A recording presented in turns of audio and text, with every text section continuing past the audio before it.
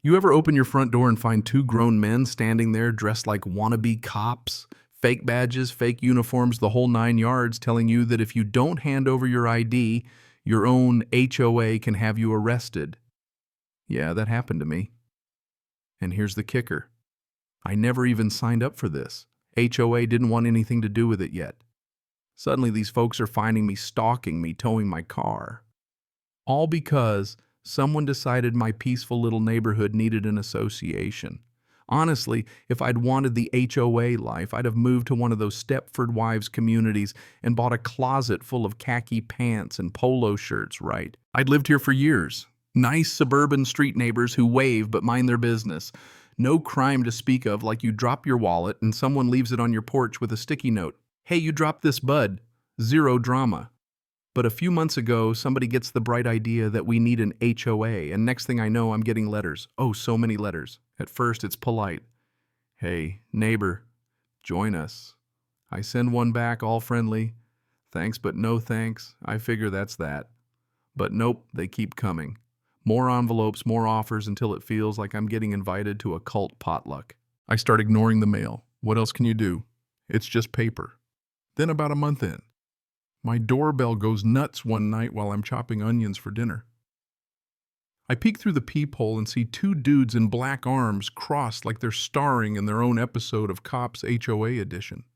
I open the door half expecting to hear about a gas leak or a lost dog. Instead, they say they're here on behalf of the HOA and want to warn me about missing meetings. Meetings I'm like, buddy, I'm not even part of your club. But they double down, calling me a liar, acting like I'm trying to game the system.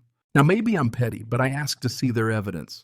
They huff, tell me not to talk back to officers, and flash these badges that look like someone printed them on a library computer, complete with a photoshopped HOA logo in the corner. I almost laughed. Instead, we go back and forth for a few minutes until they demand my ID, swear to God like they're about to book me for a DUI. I tell them you have no authority here and threaten to call the actual cops if they don't leave my porch. That does it. They slink off, but that's just the beginning. From then on, it's like the HOA decides I'm their white whale. Letters accusing me of missing meetings. Letters about dues I don't owe, even threats about foreclosure. These officers start hanging around my house. No joke, waiting for me to get home like the world's least subtle private investigators. My doorbell rings. I ignore it. One day, my friend comes over and has to call me from the curb because I won't answer the door anymore. That's where I'm at. Then Saturday morning, sun shining, birds singing the whole cliche, I walk outside to run errands and my car's just gone. For a split second, I think it's been stolen, but there's a note on my door saying the HOA had it towed for a violation parking on the street overnight. Which, by the way, isn't even a real rule in our city. Never has been. But that doesn't stop them. Luckily, the tow company's run by decent people. I explain the situation, show them my ID, and since there's no actual violation, they give me my car back without charging me. All that hassle for nothing. At this point, I'm done playing nice. I call up a family friend who's an attorney and lay it all out. The letters, the fake cops, the stalking, the towing, the works. She tells me to start gathering evidence photos of the letters' doorbell footage, of the officers' copies of my deed, even paperwork from the county proving I'm not part of any HOA. I do exactly that. Turns out the more they harass me, the more evidence I've got stacked against them. My lawyer drafts up a cease and desist, sends it to the HOA, and just for good measure, I bring everything to the real cops, especially after the officers threaten to arrest me. Turns out impersonating law enforcement isn't just tacky, it's illegal. The police warn the HOA, and those two jokers actually get arrested for trying to play cop. Now word spreads faster than wildfire, neighbors gossiping at the mailbox, folks crossing the street to ask if it's true. Suddenly, nobody wants to be seen backing the HOA. Membership drops, people start talking about all the other nonsense the board's been up to, and the whole system kind of unravels. Karma's funny that way. And you know what? I didn't even want any of this. I just wanted to live my life, mow my yard when I felt like it, and wave at the mailman. But when you poke the bear, don't be surprised when you get mauled. If I'd rolled over, who knows what they would have tried next. Instead, a little pushback turned into a neighborhood revolution. People are quitting the HOA left and right. News stories are surfacing about the board's high and mighty nonsense, and the officers have about as much authority as the squirrels in my backyard. Feels pretty good, not gonna lie. Now, if you've ever had some HOA nonsense blow up in your face, I'd love to hear about it. Tell me in the comments, because I know I'm not alone here. Anyway, you want another dose of HOA crazy? How about the time an HOA destroyed someone's lifelong collection of rare succulents because too many plants is apparently a threat to society?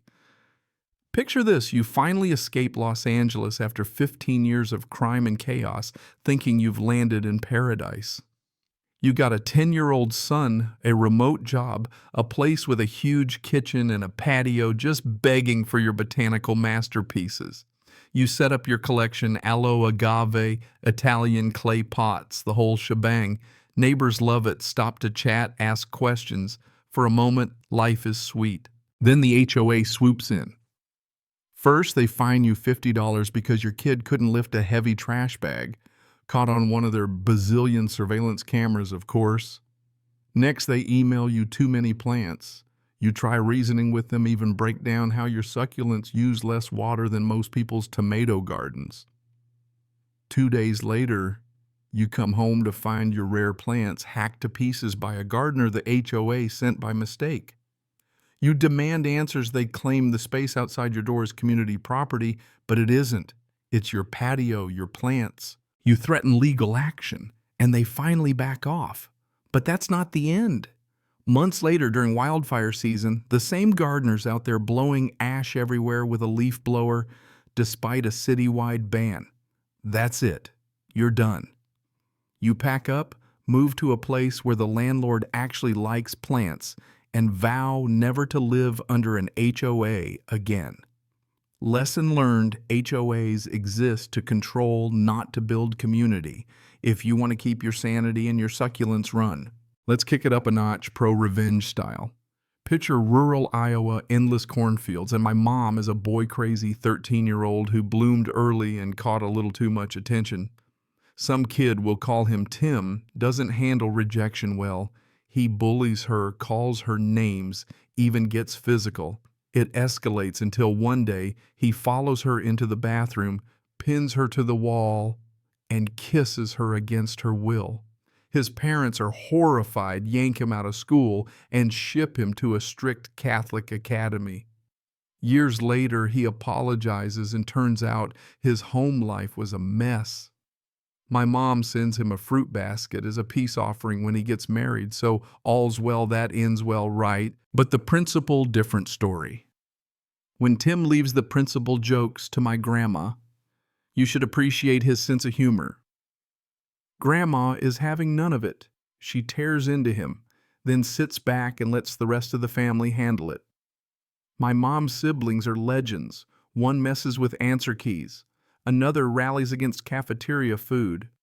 The third vandalizes the school with stickers on fire alarms.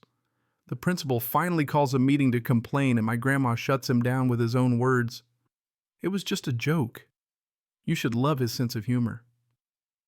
The man retires at the end of the year.